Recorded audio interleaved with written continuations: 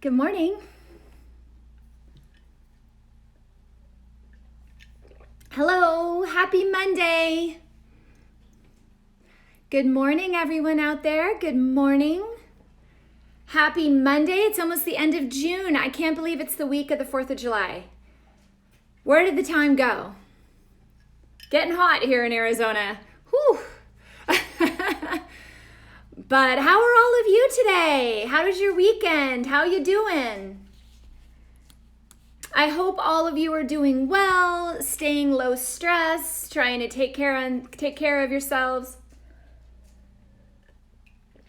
For those of you on Facebook, you can see Emma behind me. Hello. Good morning. I have the big dog with me today because she doesn't make as much noise as Piggy.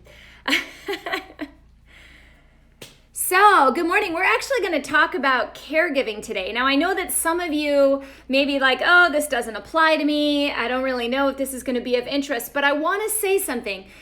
What we're going to talk about is how stress impacts caregivers, and this goes to everybody because stress impacts all of us in a very similar way. So this goes to showing how a certain population of people who are very empathetic and open-hearted and try to help other people can actually also have health detriment. That applies to all of us. Anytime we overextend ourselves and not take care of ourselves, we have issues, right, with our health. So we're going to talk about this not only for the caregivers out there, but also for the rest of you. I also know that a lot of you are caregivers.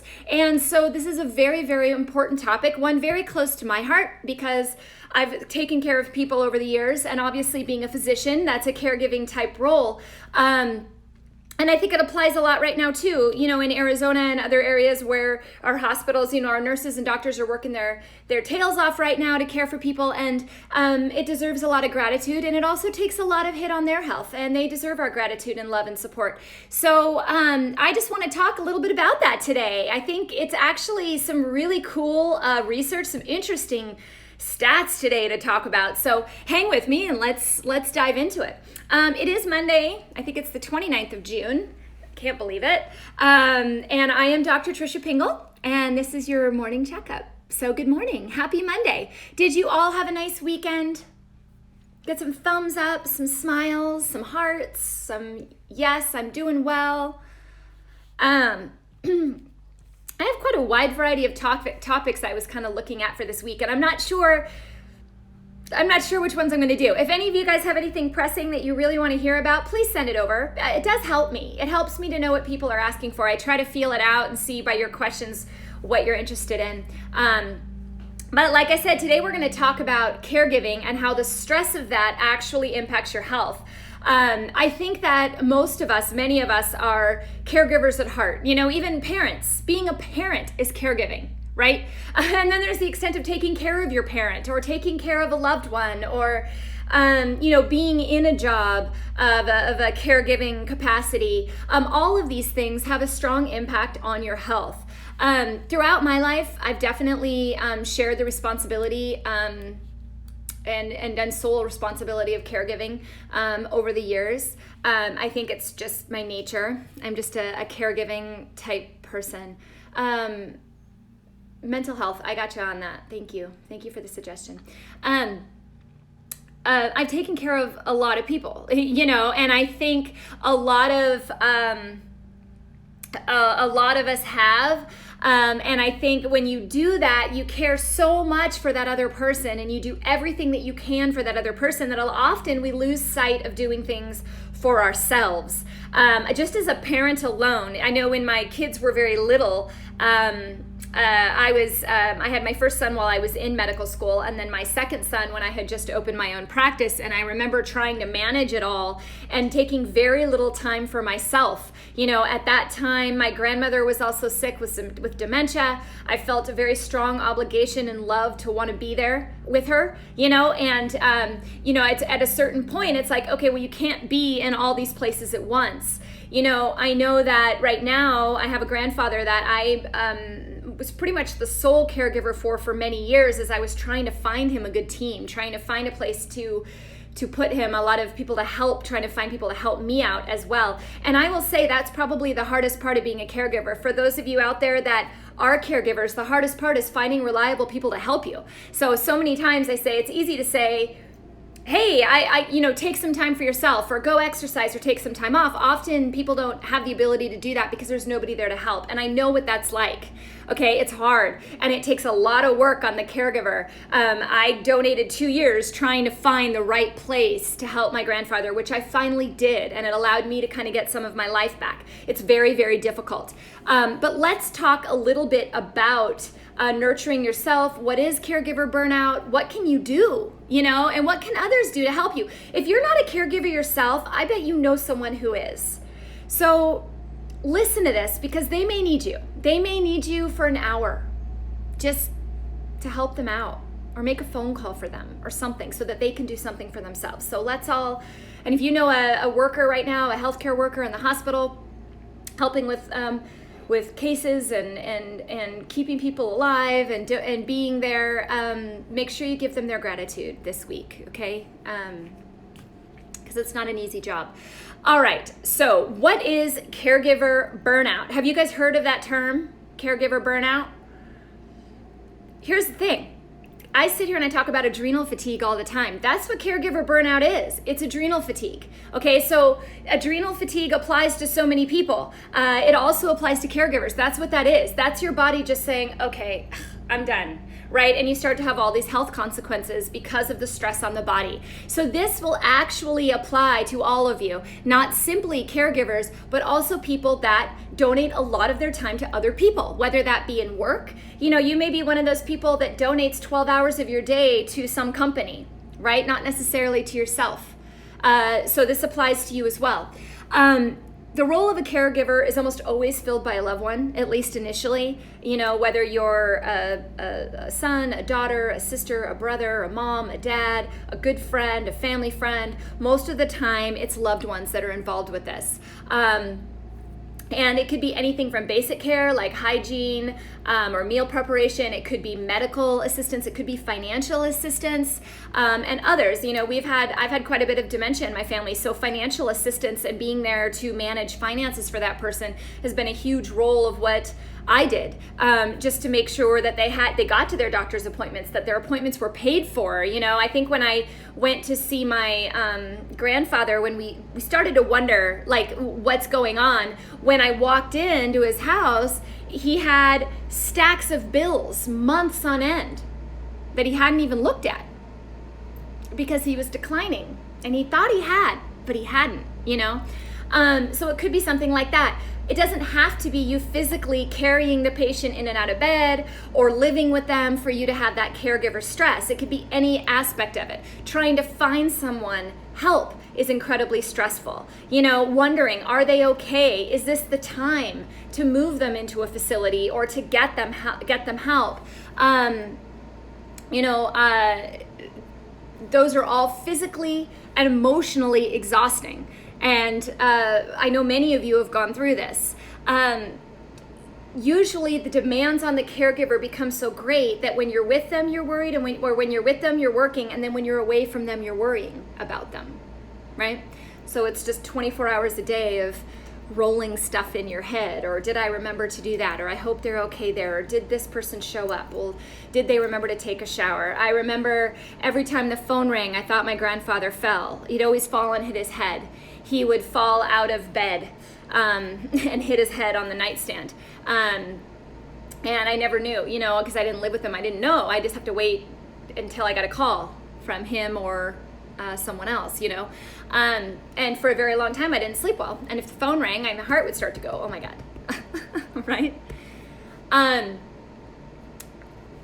So the reason why this happens is the result of chronic stress. This is why caregiver burnout is adrenal fatigue, okay? It's the impact of chronic stress on the body, which I know we've talked about. We talk about all the time. Caregivers are a great example of what stress does to the body, and we should learn from this, okay, guys? So let's look at some stats, because what's crazy is, according to the statistics, 30% of adults have served as caregivers for ill or disabled relatives in the past year. That's about 65 million Americans. 30% of you are involved in the care of somebody, okay, that's disabled or ill. Okay, that's a lot of you. So a third of you out there get me, and probably a lot more of you do too, because you're watching someone else go through this. 70% of the caregivers that also work full-time report suffering from work-related difficulties due to their caregiving. It's almost impossible to take care of somebody and work full-time. And for those of you out there doing it, God, you are not alone. Like, give yourself, breathe, okay? It will be okay. We just have to focus on taking care of you. But this is not easy, and you're not expected to be able to do it. I think so much we think we're superhuman and we can do all these things. And then when our health starts to be impacted, we wonder why? You know, everyone else can do it. No, we can't. That is not easy, guys. Not easy. Okay, so unfortunately, these effects of caregiving extend to the caregiver's health. Approximately 50%, half of all caregivers report not having any personal time for themselves. Okay? This results in personal health concerns and conditions. Okay? More than half of all the caregivers in the US state that their health took a turn for the worse when they started providing care for their loved ones, mostly due to their inability to manage their own needs. Okay? Amazingly, the report said that these caregivers spend an average of 19 days a month caring for their loved ones, and this does not include time working, taking care of their other needs, demands, children, whatnot. For those of you on Facebook that say this keeps cutting out, it's not on my end. The replay will be solid. I don't know what's going on with Facebook. It seems to be pretty good on Instagram. If any of you want to move over to Instagram, it's at Dr. Pingel, DRPINGEL. But I will replay this, okay? So don't worry. Look out for it afterwards. It should post right after the live within about 15 minutes. So when you consider all these different things and all these people impacted, it makes sense that there's so much health detriment from this. So let's talk about some of the 5 signs of caregiver burnout, because I think one of the main things that we don't do when stress impacts our body is do self-assessment very well, right? We're like, oh, well, it's just because of that. Oh, it's because of that. We make excuses a lot. So I think it's important to recognize the first key to healing anything is recognizing it first. Acknowledging it within yourself so that you can make a change. If you don't acknowledge it, you won't make any positive changes, right? We have to recognize the problem, and then we have to come up with a plan to fix it. So let me talk to you about some of the things that occur in caregivers or people who are under chronic stress all the time and how to recognize it. Number 1, less energy. Now, I think all of us have noticed that stress lowers our energy. But in a 2009 study, researchers looked at caregivers versus non-caregivers, and they did an assessment of fatigue with a scoring scale, and found that caregivers' fatigue scores were 18.1 points higher than those that weren't. Okay, it was pretty standard across the board that they were far more tired than someone who was not caring for somebody else. Also, mastery of caregiving mattered. Okay, so for example, having a professional caregiver will also burn out, okay? They devote their lives to these people, and they deserve so much gratitude, and they definitely have burnout as well. But when you're not trained to do that, the burnout is worse, okay? Even me being a medical professional and knowing caregiving techniques, I could give my grandpa an IV when he needed it, or I could, administer medication, give him everything that he needed there that a lot of people can't. But as far as the day-to-day, the everyday, the changing, the bathing, the making sure they're eating. There was once he almost sent the kitchen on fire. I wasn't there. I was working. So these are the things that when you have a mastery of caregiving and they have set schedules and they've been trained in these types of things, that's important. Okay, so for those of you that are trying to do it without that training, it hits you harder, right? Mastery does matter. Okay, so helping to find those resources that are available. And oddly enough, they are available. They're not all equal. Okay, as I learned, I went through multiple care centers, the big ones that supposedly had all the support. Well, my grandpa would get pneumonia 2 or 3 times a year in those places. If he would fall, he would hit his button and nobody would come for 20 minutes. Another 80-year-old resident would pick him up and help him back to his room. Trying to get through to him, find him in the facility. No one ever knew where he was, So eventually I had to spend a lot of time looking for a smaller community, and I ended up finding group home where he lives with 7 other residents in a house. A nice, beautiful home with a resident nurse that lives there, and the same people that come in and out every single day, the same, small core of residents. And he's been there for over 2 years and he has yet to get pneumonia. In fact, they actually had a case of COVID last week.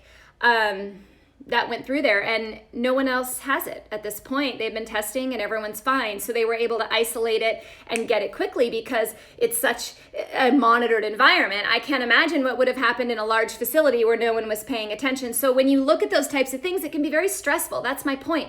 Very stressful to find help, but there is good help out there. You just have to find it. You got to find the right people and you got to be really proactive. But this will always result in lower energy because it's exhausting. It's exhausting. Number 2, you find yourself getting sick more consistently. Caregivers get sick a lot. A lot of people say it's because they expose themselves to sick people. I actually believe it's more the stress response. So does the research. In fact, we've talked a lot about how chronic stress impacts your immune system, how it increases inflammatory markers, causes higher histamine response, higher cytokine response, which makes you more vulnerable. So when your body is consistently running from a bear, right, it doesn't repair cells very well. We don't have that parasympathetic activity of repairing cells, managing our immune system. This impacts in many different ways, as we talk about fairly regularly, right? Gut health, immune health, mental, emotional health, they all have impacts on your immune system, right? So you may find that you are caregiving and you have more chronic allergies than you used to have, or you may find that you get these little sniffles all the time, but it never amounts to everything. But they're actually finding in studies that caregiver burnout is also associated with more serious health conditions. For example, researchers have found that chronic stress, and this is very common in caregivers of patients with serious diseases like Alzheimer's, have been shown to increase their risk of developing infections, as well as decreasing the effectiveness of vaccines that you have. Interesting, right? So they're finding that people under chronic stress have less effective vaccination and more risk of developing infections. Interesting data. Additionally, it's also been found to speed up cancer growth. So those that are caregiving that have cancer, it will speed it up even faster, and also speeds aging by reducing the size of your telomeres. Wait, telomeres? What did Dr. Pingel just say? For those of you that missed it, I did a live on telomeres and aging. So fascinating, guys.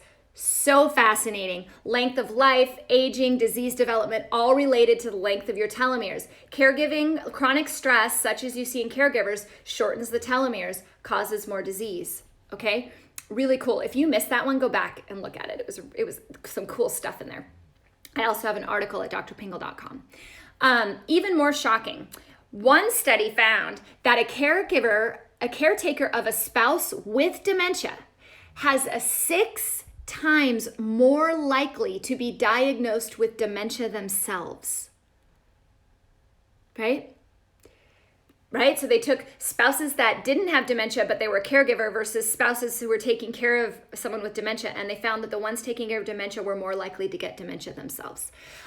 There are a lot of links to dementia, reasons why dementia happens. Inflammation is one of them, and knowing that stress causes inflammation in the body, depletes the immune system, changes the gut flora. We've talked about dental flora, even dental health and Alzheimer's and dementia. So having that high inflammatory response, decreasing the immune response, has been linked to dementia. So very important to take care of yourselves, guys. It's hard.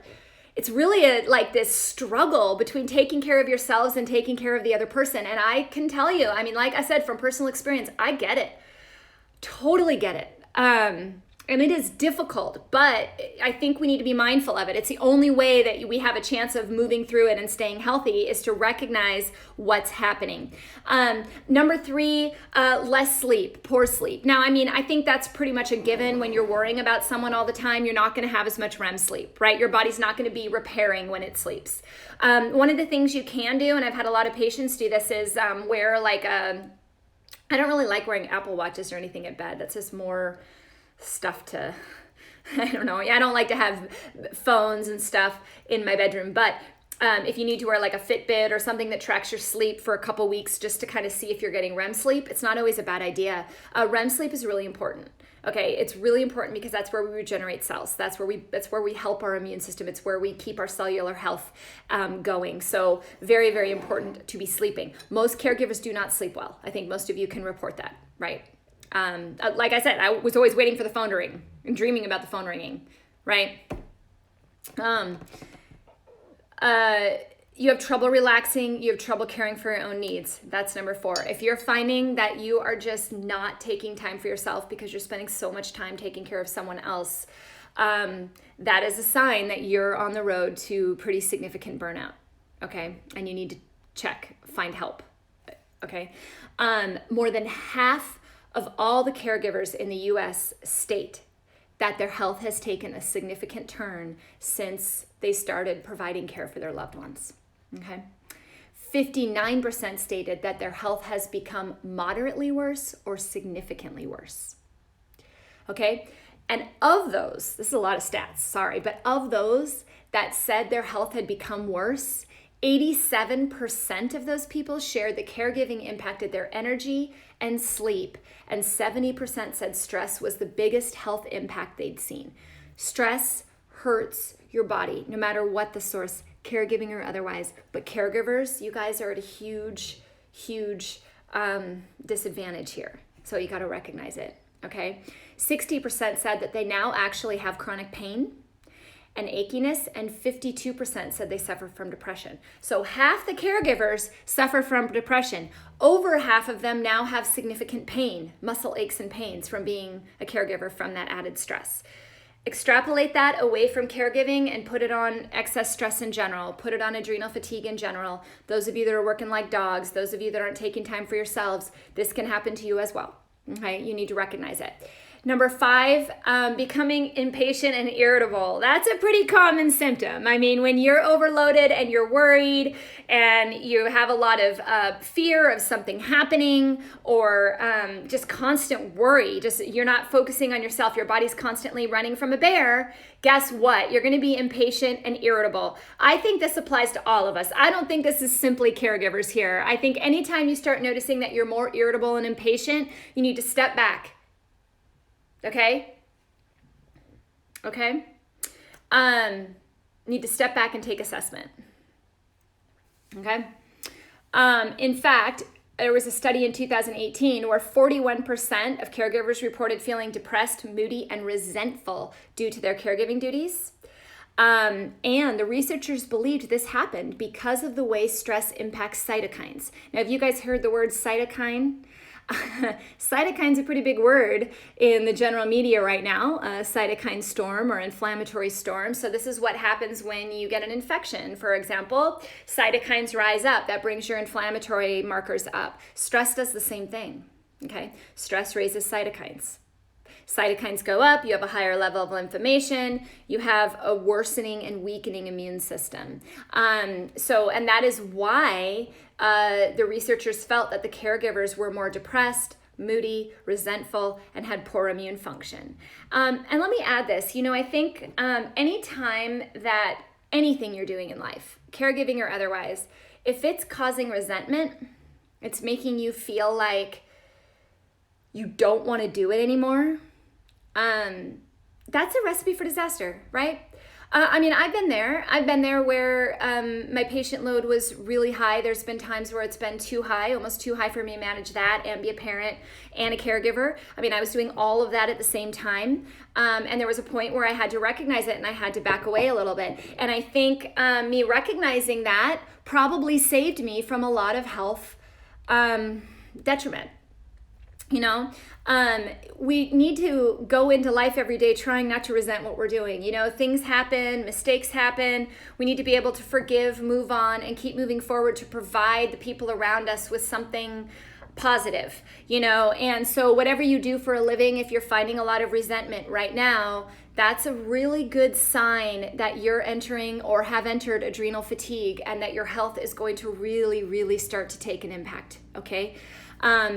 And so just a little self-assessment there. It's my best advice. I think one of the things I spend a lot of time talking to my patients about is recognizing when this is happening, because we get caught in it. We get caught in that brain where we think we have everything under control, and we think we know the answer, and we think it'll all pass, and we can blame other people for this or that. But the bottom line is, when you start feeling that resentment and that anger and that frustration and that irritability, your body is starting to tell you, hey, whoa, slow down, back off a little. Just, you know, take time for you, okay? So that goes into, how do you avoid or manage this caregiver burnout, right? How do you avoid it? Number one, setting realistic goals. I think being aware, recognizing the problem, and setting goals that are realistic. Can you find help for your loved one in a week? Probably not, okay? So it's gonna be a lot of trial and error. Recognizing that, reaching out to people that are resources for you, trying different things. It took me a while to find a hospice company that I felt comfortable with for my grandpa. And I found a great one. It took numerous calls to people I knew, trying to find somebody who knew somebody who knew somebody. And now I try to provide that to anyone that I know that's going through that problem. I give them good names and resources for whatever I can find. I think that's what we do. We just kind of spread the word of people out there that are really, really helpful, that can help you. Set realistic goals. Set realistic goals for yourself. It isn't always easy to go exercise every day, but you can feed yourself nutritious food while you're caregiving. Make them a nutritious meal, make yourself a nutritious meal. Take your vitamins and minerals. And I'm gonna come back to that in a second on what caregivers should be taking. Okay, so 1 second. Ask for support, number 2. You have to ask for help. I say that to my kids all the time, you know? I'm like, hey, you didn't ask for help. I mean, I'm sorry, like, you got a bad grade on this test, but I was here for you. I was here. You just had to ask, you know? You just had to include the people around you. Ask for help when you're having trouble, okay? That's number 2. Leaning on your friends. There is tons of data on friendship and stress response. I did a live on that. It's pretty cool, okay? People need people. I say that all the time. People are important, okay? Be there for each other. Don't tear each other down. Don't do this by yourself, okay? If you see a friend struggling, be there for them. That may mean that they need you to help with grandpa for an hour so that they can have a shower. It could be as simple as that. When people have babies, we're the first to run over and help hold the baby so that mom can, you know, take care of herself. But we're not always so quick to do that for people who are caregivers, okay? So, you know, just remember that. You know, you don't have the time for that. Maybe you can buy a caregiver for an hour. You know, buy someone. Maybe you know someone that you can hire for an hour or two and send to your friend's house to help them out. There's a lot of different things you can do for your friends, and trust me, they will be very grateful for it. Friends are important. People are important. Especially during this time, don't lose sight of people, okay? You have people around you. Find them. Use them, okay? Don't tear them down and push them away. Okay, because that can happen in caregiving, and anytime we're under a lot of stress, we push the people we love away. Don't do that, okay? Number 3, support your body's stress response. This goes for you caregivers, and this goes for the people who are not caregivers but are under a lot of stress or that are really feeling a lot of stress right now. Support your body's stress response. What does that mean? There are tons of nutrients involved in adrenal function. Vitamin C, vitamin B vitamins, all of them, particularly B5, B6, B12, and folate, but all of them. A good B vitamin, a good vitamin C, multivitamin and mineral. We lose minerals when we're under stress, particularly magnesium. Okay, so magnesium's very important. A really good quality multivitamin, mineral, B vitamin, and vitamin C are pretty much critical here. And on top of that, there are a ton of herbs that help adrenal response. They help our body manage stress. Now, always talk about your doctor with these, okay? I'm just giving you the information so that you can take that information to your doctor and you can make the best choice for you. That's why I'm here. I'm educating, okay? I'm not giving you a prescription. I'm telling you, learn about these, okay? Rhodiola, ashwagandha, shashandra, licorice in many cases, glycyrrhiza, holy basil, phosphatidylserine. I write about all of these at drpingel.com. My book talks about them. My program talks about them. These are things that you can do to manage your stress. A lot of times you don't have a choice but to be the caregiver. So you need to make sure that you're taking care of your nutrition, eating whole foods, knowing what you're putting into your mouth. So many times we're in such a rush, we don't fill our bodies with proper nutrition. It's very important. I would also say a really good probiotic, knowing the link between gut health, depression, immune system, all of that, okay? So protect yourself, take care of yourself, and really take assessment of how that stress is impacting your body and do what you can to help yourself. Because I say this to so many caregivers, you are no help to them if you are sick, okay? I had a patient once who was taking care of a few people, and there was a medical condition there that was a risk to their health. And I said, you're no help to them dead. Okay? There was a point where sometimes you have to say, okay, what's the quality of care that I'm giving? Okay? It matters. So if you're not taking good care of yourself, you can't possibly take good care of them. So it's very, very important to try to find that balance, as difficult as it is. But there are people out there to help you, okay? So don't forget to ask for help. So to all of you caregivers out there, to all of you out there contributing to your community, contributing to other people, taking care of other people, I just want to say thank you. Thank you for your time. Thank you for your investment. Thank you for all you do for other people. You do not get enough gratitude for the sacrifices that you make in life. I am very grateful for all of you, okay? And I want you all to be well, and I want you to all take care of yourselves. So recognize when this is becoming too much and take care of yourself so that you can continue to give back to the person that you're taking care of or the people that you're taking care of. I hope you are all having an absolutely wonderful start to your week. I will be here tomorrow, Tuesday, same time with another topic. In the meantime, go give yourselves a big hug, call the friends around you, tell them how much you love them, thank them for caregiving, thank them for everything they do, show gratitude to the people around you today. If we all come together and we lift each other up and we help each other out, that's how we survive. Okay, so don't forget the people around you. Much love to all of you. Have a fantastic day. I'll see you tomorrow. Bye.